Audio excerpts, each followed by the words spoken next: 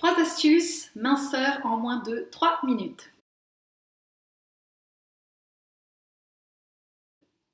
Alors, je vais essayer de le faire en moins de 3 minutes, mais ça va être difficile parce que c'est vraiment des choses, des éléments, des petites astuces qui sont vraiment assez importantes. En fait, elles étaient vraiment efficaces sur certains de mes coachés, donc je vous les donne, même si moi-même je ne le pratique pas vraiment. J'ai essayé, mais c'est assez difficile.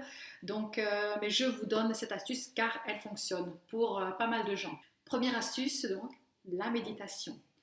Alors, je ne vais pas vous demander de réciter des mantras super complexes, mais en fait, le fait de réciter un mantra tout simple, je vais vers la minceur, je me sens de plus en plus légère, de ce type-là, en fait, elles vont vous aider à tout simplement rester dans le focus et contrôler vos pensées. Donc, c'est quelque chose qui peut être vraiment efficace quand on veut maigrir. Le deuxième élément dans la méditation qui est important, c'est aussi la maîtrise de la respiration, donc le calme qu'on retrouve en fait quand on médite. Le dernier élément qui est vraiment aussi important, qui va permettre de maîtriser ses compulsions alimentaires. Alors souvent on prend du poids parce qu'on grignote à cause du stress, à cause de divers éléments. La méditation va nous permettre de contrôler plus ou moins ses compulsions. Donc c'est pas quelque chose à négliger. La seconde astuce, c'est tout simplement d'être indulgent avec soi-même.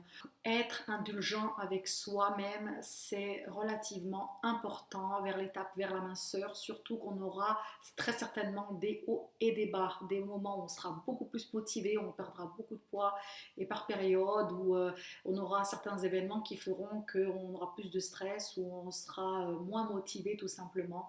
Et la perte de poids, elle s'en fera ressentir. Donc être indulgent et comprendre qu'on a le droit aux échecs parfois, mais de se remettre vite et rapidement sur les rails. Dernier point pour aujourd'hui, de se mettre des objectifs réalistes.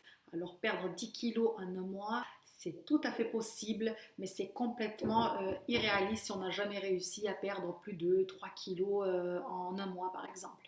Donc se mettre un objectif assez réaliste et atteignable. N'oubliez pas de mettre tous vos commentaires en dessous, cliquez si vous avez aimé et surtout abonnez-vous pour ne pas louper toutes les astuces. J'en ai chaque semaine, il y aura 3 astuces, elles sont efficaces, c'est des astuces qui fonctionnent vraiment, qui ont fonctionné pour mes clients que j'ai coachés, ça fait plus de 15 ans maintenant.